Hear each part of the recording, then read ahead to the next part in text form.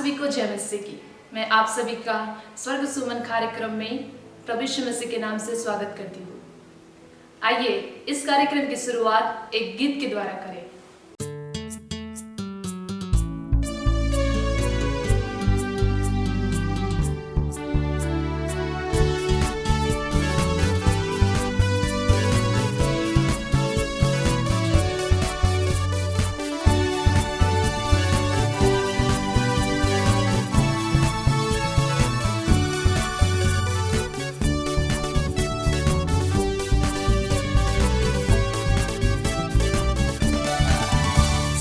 पृथ्वी के लोगों यहोवा का जय जयकार करो, आनंद से यहोवा की आराधना करो। सारी पृथ्वी के लोगों यहोवा का जय जयकार करो, आनंद से यहोवा की आराधना करो। जय जयकार के साथ उसके सम्मुख आओ, निश्चय जानो कि यहोवा ही परमेश्वर है। उसने हमको बनाया और हम उसी के ही हैं। हम उसकी प्रजा और उसकी चराई की भेड़े हैं। हम उसकी प्रजा और उसकी चराई की भेड़े हैं। सारी पृथ्वी के लोगों यहोवा का जय जयकार करो, आनंद से यहोवा की आराधना करो।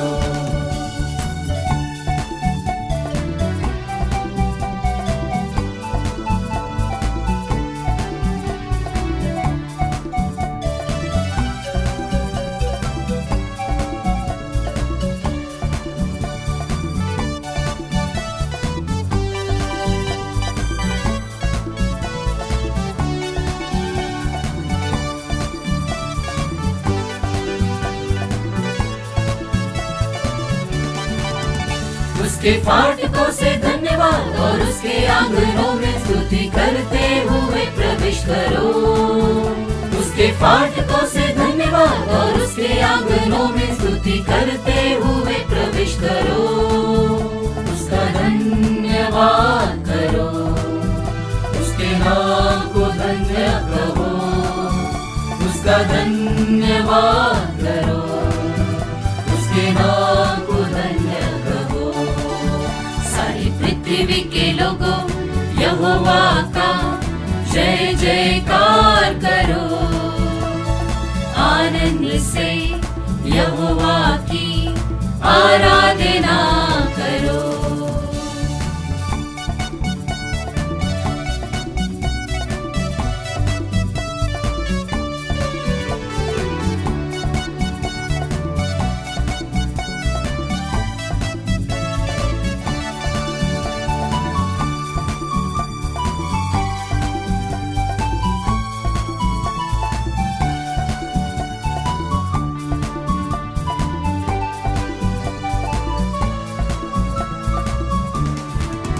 क्योंकि यहोवा भला है, उसकी करुणा सदा के लिए है।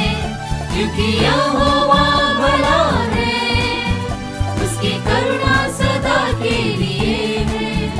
उसकी सच्चाई युग युग तक बनी रहती है।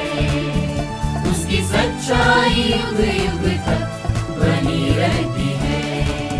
सारी पृथ्वी के लोगों यहोवा का जय जयकार करो, आनंद से यहोवा की आराधना करो। सारी पृथ्वी के लोगों यहोवा का जय जयकार करो, आनंद से यहोवा की आराधना करो। आराधना करो, आराधना करो, आराधना करो।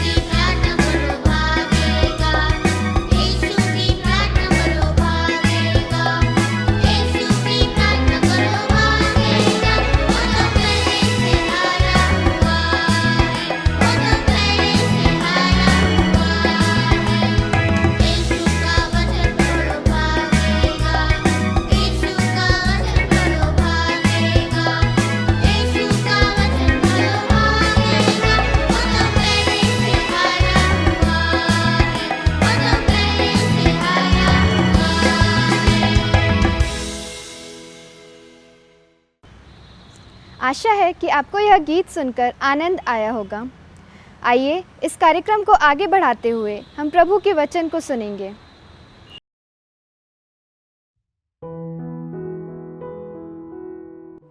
स्वर सुमन के सभी प्रिय श्रोताओं को प्रभु यीशु मसीह के नाम में प्यार भरा सलाम। प्रियजनों, उम्मीद करता हूँ आप सब लोग प्रभु की दया से आशीषित होंगे, है ना। आइए हम आज परमेश्वर के वचन में देखने वाले हैं नई सृष्टि के बारे में, नई सृष्टि। आइए हम परमेश्वर के वचन में चलते हैं। 2 कुरिन्थियों 5 अध्याय 17 वचन।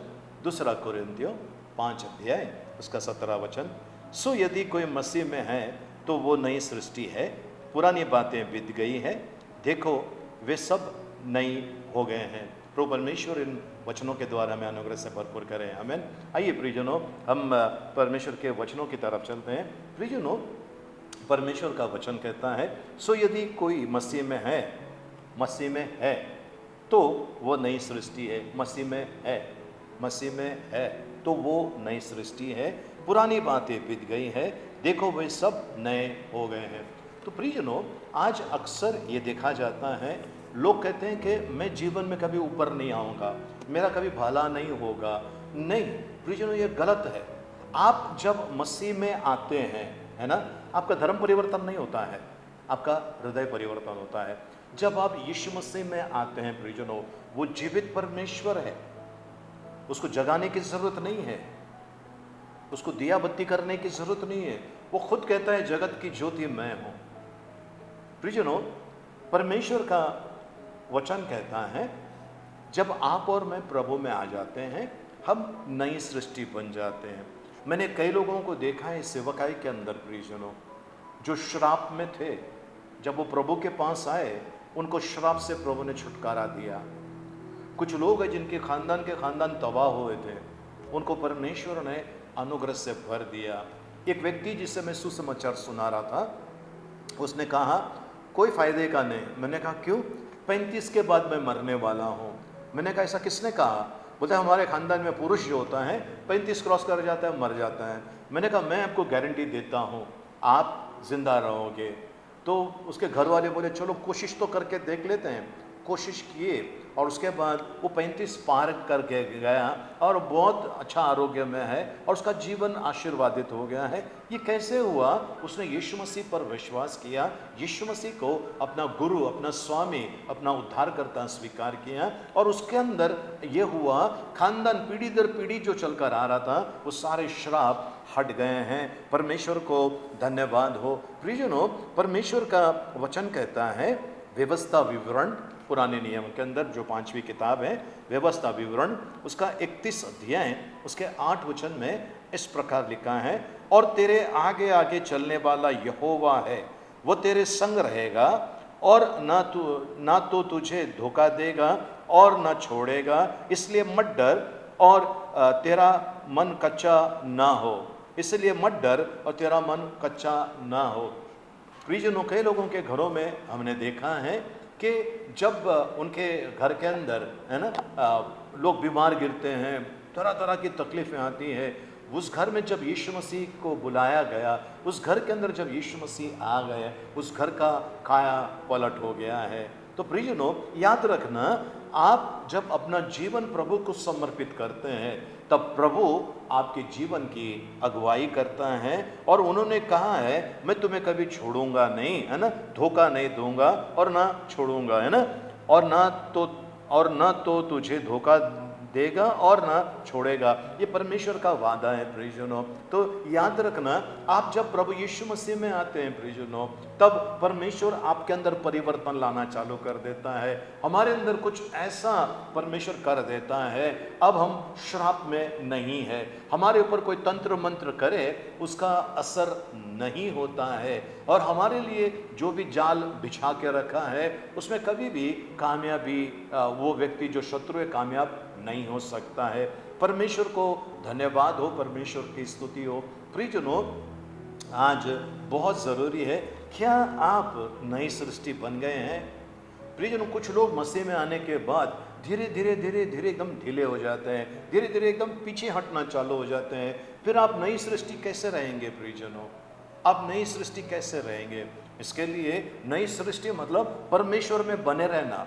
नई सृष्टि का मतलब परमेश्वर के रोज चमत्कार को देखना।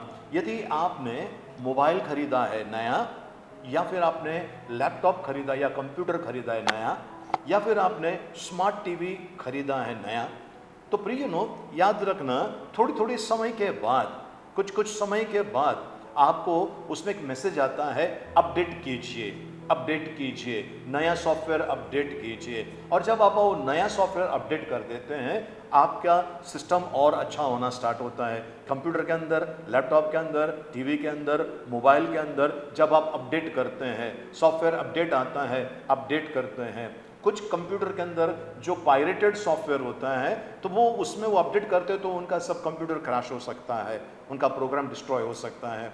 लेकिन जो जेन्युइन है, मैंने इसके लिए बार बार कहा, नया लैपटॉप, नया मोबाइल, नया टीवी, मैंने जब कहा, तो जब आप लेते हैं तो उसके अंदर कंपनी ऐसा सब सारे फिट कर देते हैं, नया सॉफ्टवेयर वो लोग डाल देते हैं, आपको उसको अपडेट करना है। उस रीति से प्रियजनों, अगर आप मसीह में है, आप नई सृष्टि, परमेश्वर कुछ नया करता है। हर रोज परमेश्वर नया करता है। नए सिरे से वो अनुकंपा उंडेलता है, नए सिरे से वो अभिषेक करता है, नए सिरे से वो आपको और मुझे हमारे जीवन के अंदर कार्य करता है। प्रभु का वचन कहता है, दूसरा कुरिन्थियों, नया नियम, दूसरा कुरिन्थियों 5 अध्याय उसके 7 वचन में इस प्रकार लिखा है, क्योंकि हम रूप को देखकर नहीं पर विश्वास से चलते हैं। हमें दिखाई नहीं दे रहा है, क्या चल रहा है नहीं दिखाई दे रहा है, पर हम विश्वास से चल रहे हैं, क्योंकि हमें पता है हम नई सृष्टि हैं, परमेश्वर का ध्यान हमारे ऊपर है। प्रियजनों, जब हमारा बच्चा छोटा बच्चा होता है ना, वो जस्ट चलना सीख रहा है, जब वो चलने के लिए कोशिश करता है, माँ बाप का ध्यान उस बच्चे पर रहता है कि गिर ना जाए, उसको पकड़ने के लिए वो लोग तैयार रहता है। उसी रीति से परमेश्वर जो नई सृष्टि है उसके पर ध्यान रखता है, उसका ख्याल रखता है। प्रियजनों, क्या आपने इस नई सृष्टि का अनुभव किया है? अब यदि कोई है ना, प्रभु का वचन कहता है, सो यदि कोई मसीह में है वो नई सृष्टि है। क्या आपके अंदर नयापन आया या नहीं आया? है ना, कई बार ऐसा होता है आपके अंदर नयापन आया है, पर चिंता ने आपको दबा के रखा हुआ है ना। कल क्या होगा, अभी क्या होगा, ये करना है, वो करना है, डॉक्टर ने कहा ऐसा ऐसा ऑपरेशन करना है, अभी क्या होगा, डॉक्टर ने कहा है बचने के चांसेस कम है, अब क्या होगा। प्रियजनों, अपनी चिंताएं परमेश्वर पर डालो, क्योंकि आप नई सृष्टि है। नई सृष्टि होने के वजह से आपको चिंता करने की जरूरत नहीं है। परमेश्वर अब आपके और मेरे लिए चिंता करता है। आमीन, हालेलुया, प्रभु को धन्यवाद। पहला पेत्रस उसका 5 अध्याय 7 वचन, नया नियम, पहला पेत्रस उसका 5 अध्याय उसके 7 वचन में इस प्रकार लिखा है, और अपनी सारी चिंताओं उसी पर डाल दो क्योंकि उसको तुम्हारा ध्यान है। और अपनी सारी चिंता उसी पर डाल दो क्योंकि उसको तुम्हारा ध्यान है।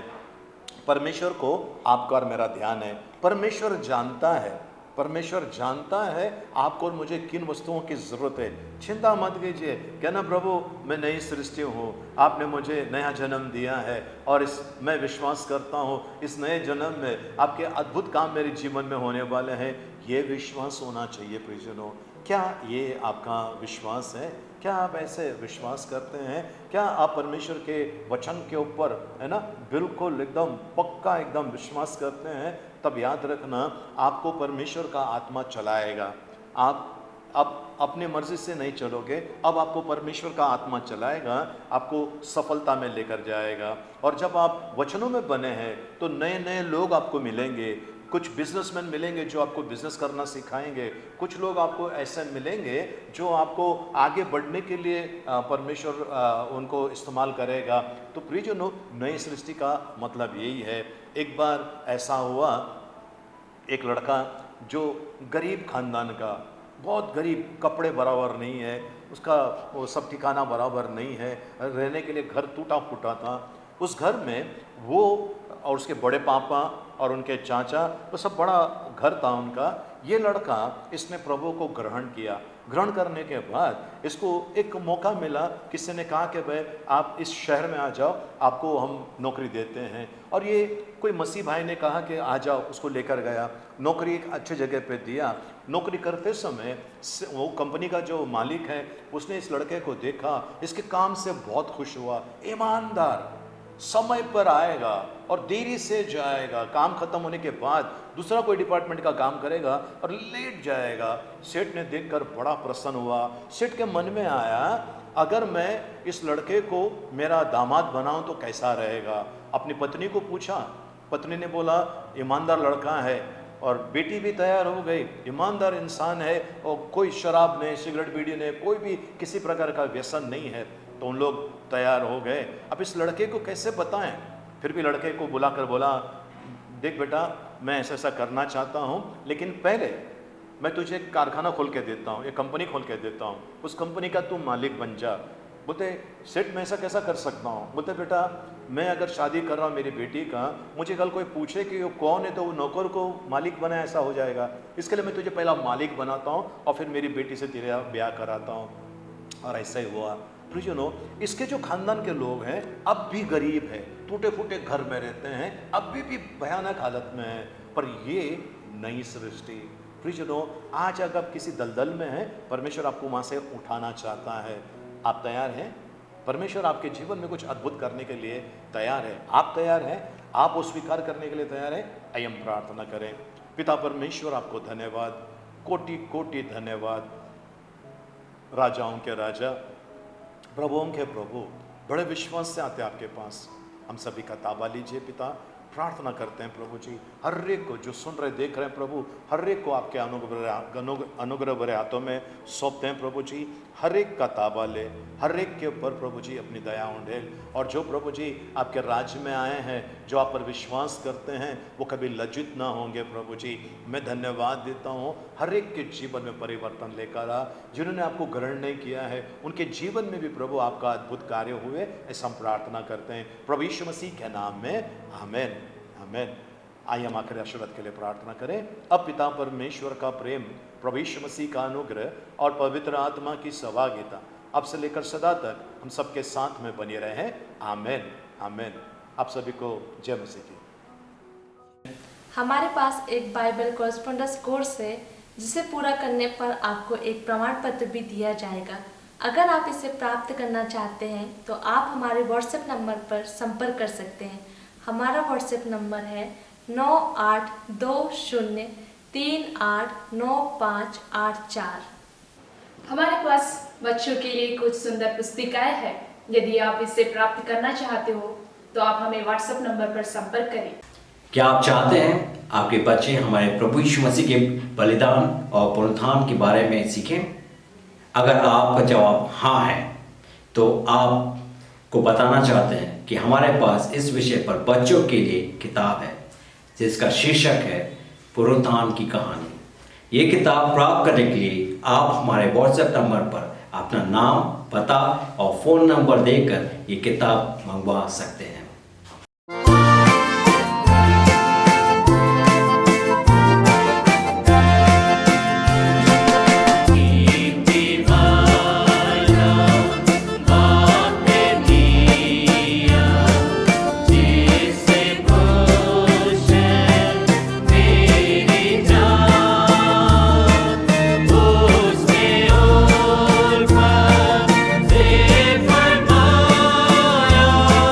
मैं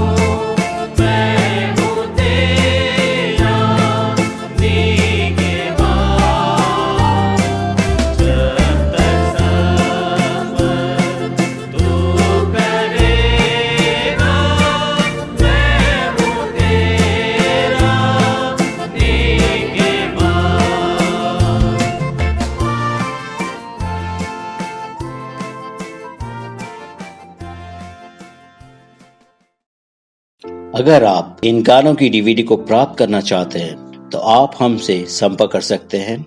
आप अपना नाम और पता इस नंबर पर व्हाट्सएप या कॉल करें। हमारा नंबर है 9820389584। धन्यवाद। परमेश्वर के राज्य को बढ़ाने के लिए आप हमें दान कर सकते हैं। हमारा बैंक विवरण इस प्रकार है। इसके अलावा आपके स्क्रीन पर दिए गए QR कोड को आप स्कैन करके भी आप हमें दान दे सकते हैं। प्रिय श्रोताओं, आपको हमारा कार्यक्रम कैसा लगा ये आप हमें ज़रूर बताएं और अपनी प्रतिक्रियाएं हम तक पहुंचाने के लिए आप हमें संपर्क करें। आप हमें हमारे व्हाट्सएप नंबर, ईमेल और लैंडलाइन पर संपर्क कर सकते हैं। धन्यवाद। हमारा फ़ोन नंबर है 02228091484। मोबाइल नंबर है 9820389584। आप हमें ईमेल कर सकते हैं contact@cmcmumbai.com। अधिक जानकारी के लिए आप हमारे वेबसाइट www.cmcmumbai.com पर लॉगिन कर सकते हैं।